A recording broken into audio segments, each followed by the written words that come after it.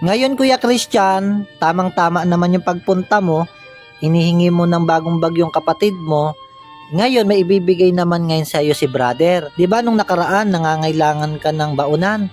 Binilang kita na rin ng baunan. Yan, bago yan Kuya Christian ha. Pagkatapos Kuya Christian, binilahan na rin kita ng inuminan mo ng tubig. O kahit buksan mo, maganda yan. O, buksan mo, hawakan ko muna to. Ipahawak mo muna kay Jerome yung baunan.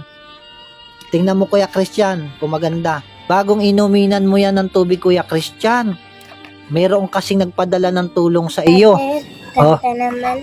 Oo, maganda talaga yan. Papasalamat pa ako sa tumulong. Salamat po sa tumulong sa Kuya Christian. Tingnan mo nga, tanggalin mo nga sa lalagyan. Wow, ganda.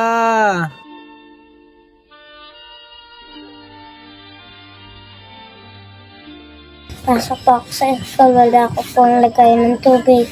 Wala kang lagayan ng tubig. Ay sige, yan ang regalo sa iyo ng Panginoon. Ako ay nagpapasalamat sa Diyos na may baunan. Oo, sige, uwi na kayong dalawa. Bye-bye, ingat. Pasok kayo bukas? Ay sige.